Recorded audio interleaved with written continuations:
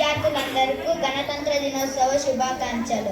ఈరోజు మనం 77వ స్వాతంత్ర దినోత్సవం జరుపుకుంటున్నాం. భారతదేశ ప్రజలకు ఈరోజు చాలా ముఖ్యమైన రోజు.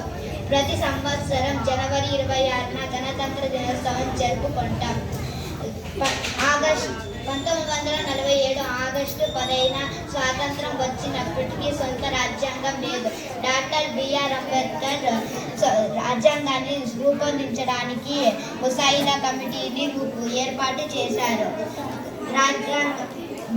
రాజ్యాంగం రూపొందించడానికి 2 సంవత్సరాల 11 నెలల 18 రోజులు పట్టింది. మనకు జనవరి 26న సొంత రాజ్యాంగం వచ్చింది. రాజ్యాంగం అనగా స్వేచ్ఛగా జీవించడానికి హక్కులు వచ్చాయి. గణతంత్ర దినోత్సవం ఐక్యత మరియు సమానత్వాన్ని బోధిస్తుంది. ఈ అవకాశం ఇచ్చిన పెద్దలందరికీ నా ధన్యవాదాలు.